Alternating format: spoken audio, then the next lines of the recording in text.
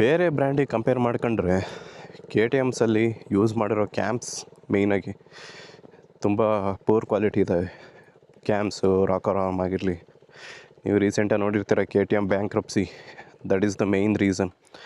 ರೀಸೆಂಟಾಗಿ K T M 790 ಬಿಟ್ಟರು. 790ಲಿ CAMS, rocker arms ಎಲ್ಲ ಸೌದೋಗಿರೋ ಇಶ್ಯೂಸ್ಗಳು ಬಂದಿದ್ದಾವೆ. ಕೆ ಟಿ ಎಮ್ಮಲ್ಲಿರೋ ಮೋಸ್ಟ್ ಆಫ್ ದ ಇಶ್ಯೂಸ್ ಮೇಂಟೆನೆನ್ಸಲ್ಲೇ ರಿಸಾಲ್ವ್ ಮಾಡ್ಬೋದು. ಬಟ್ ಎನಿವೇ, ಹೇಳಿದ್ನಲ್ಲ, K T M is double equal to A T M. ಇದರಲ್ಲಿ ವಾಟರ್ ಪಂಪ್ ತೋರ್ಸೋಣ ಅಂದರೆ ಡ್ಯೂಕಲ್ಲಿ ಭಾಳ ಚೆನ್ನಾಗಿ ಕಾಣುತ್ತೆ. ಇದರಲ್ಲಿ ಫೇರಿಂಗ್ ಇರೋದ್ರಿಂದ ಅಷ್ಟು ನೀಟಾಗಿ ಕಾಣಲ್ಲ. ತೋರ್ಸೋಣ ನೆಕ್ಸ್ಟ್ ಯಾವಾಗಲಾದ್ರೂ ಫೇರಿಂಗ್ ಓಪನ್ ಮಾಡಿದಾಗ. ಮತ್ತು ತುಂಬ ಜನ ಹೇಳಿರೋ ಹಂಗೆ K T M engine life 35,000 to 40,000 kilometres ಅಂತ. ಹೌದು, ನಿಜ. ಅದು high compression engine, performance parts ಇದ್ದಾವೆ ಅಂತಂದರೆ ನಿಮಗಲ್ಲಿ